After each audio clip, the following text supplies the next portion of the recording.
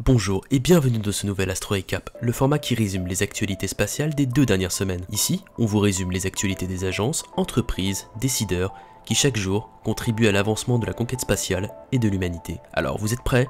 C'est parti.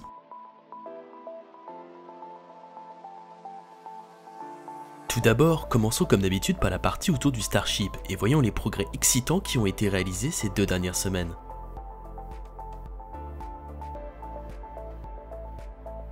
À Starbase, SpaceX semble se préparer à une approbation positive de la FAA. En effet, le 31 mai, l'agence devrait dévoiler son tant attendu rapport environnemental. Déjà repoussé de nombreuses fois, celui-ci devrait permettre à SpaceX d'avoir enfin l'autorisation de lancer des Starships depuis Boca Chica.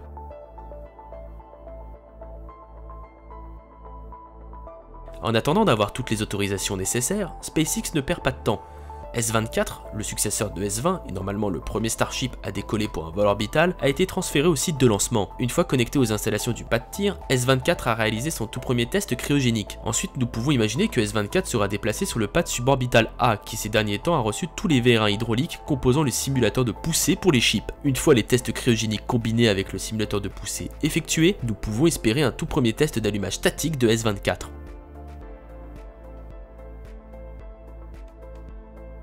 B7, le binôme de S-24, a été ramené au site de production. Le prototype a été placé dans le nouveau Mega Bay, mais nous ne savons pas exactement pourquoi il est là. En tout cas, l'hypothèse la plus probable est l'installation des moteurs Raptor V2 en dessous de B7 en vue d'un tir statique. Ces essais de mise à feu statique permettront de battre des records en termes de nombre de Raptors allumés en même temps, mais aussi de tester la résistance des infrastructures du pas de tir orbital.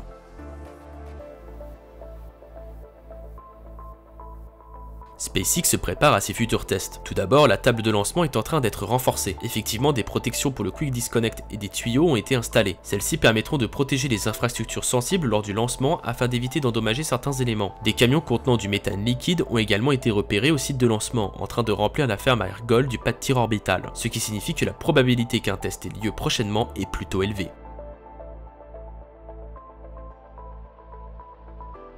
Pour revenir au site de production, le prototype SN16 continue à se faire démanteler. En effet, après avoir été déplacé de la zone d'exposition jusqu'au Mega Bay, le prototype avait vu son nose cone être découpé. C'est maintenant au tour de ses flaps d'être démontés. Le Booster 8 continue quant à lui son assemblage. Il semblerait que ce soit quasiment terminé. Son assemblage final devrait donc avoir lieu très prochainement. Le nose cone de S25 a également été repéré.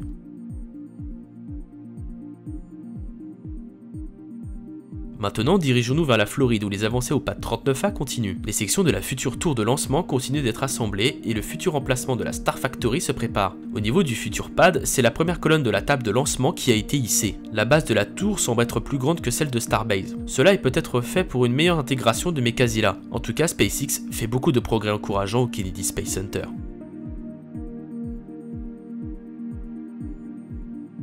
Nous avons désormais fini avec les actualités autour du Starship, mais avant de passer à la suite, n'hésitez pas à vous abonner à la chaîne YouTube et à mettre un pouce bleu, cela nous aide énormément.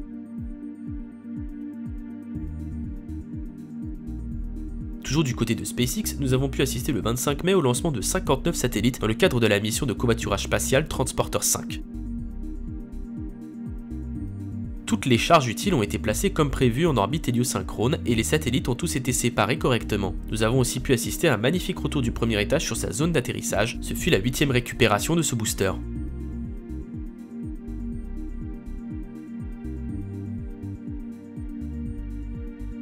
La NASA a récemment démenti des rumeurs sur de soi-disant problèmes concernant le bouclier thermique de la capsule Crew Dragon de SpaceX, lors de la rentrée atmosphérique d'Axiom 1 le mois dernier. Cependant, elle a tout de même annoncé que des défauts de fabrication ont été détectés lors de tests en début de mois sur une nouvelle structure composite prévue pour le bouclier thermique de la capsule Endurance, qui sera utilisée pour la future mission Crew 5. Le bouclier thermique défectueux sera donc remplacé par un nouveau. La mission reste maintenue pour septembre 2022.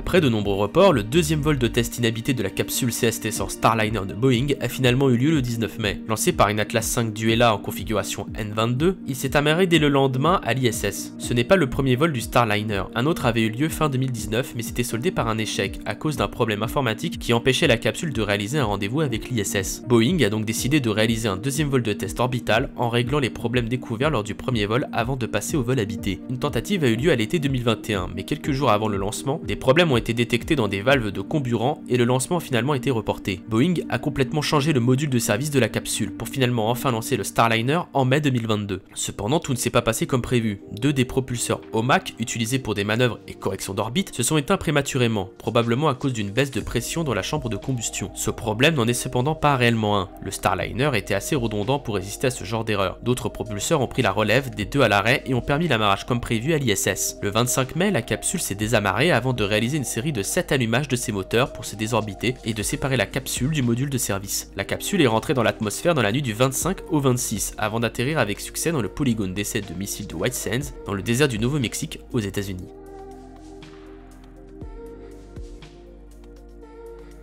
Pour finir, nous avons eu des nouvelles plutôt mauvaises du côté de Voyager 1. Cette sonde spatiale a été lancée en septembre 1977 sur une fusée Titan III depuis Cap Canaveral et a quitté le système solaire en 2012. Près de 45 ans après son lancement, il s'agit de l'objet fabriqué par l'homme le plus éloigné de la Terre qui continue de nous transmettre des informations scientifiques. Cependant, si la sonde fonctionne très bien, que ses instruments ne sont pas en panne et qu'elle transmet, reçoit et exécute des données et des instructions, le système de contrôle d'attitude de la sonde, qui gère notamment son orientation pour s'assurer que son antenne reste pointée vers la Terre, transmet des données de télémétrie complètement incorrectes. Pourtant, la sonde est toujours inclinée de la bonne façon, et le bug n'a pas activé le moindre système de protection de la sonde, qui pourrait la placer en mode sans échec en activant uniquement les systèmes indispensables. Les équipes de la NASA travaillent en ce moment pour essayer de comprendre ce problème et réparer la sonde, en espérant pouvoir continuer d'utiliser Voyager 1 et 2 au-delà de 2025.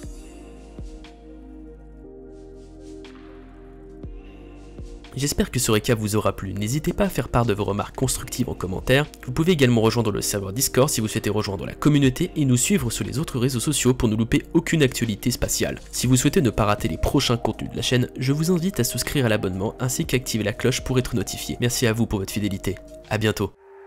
107 Power,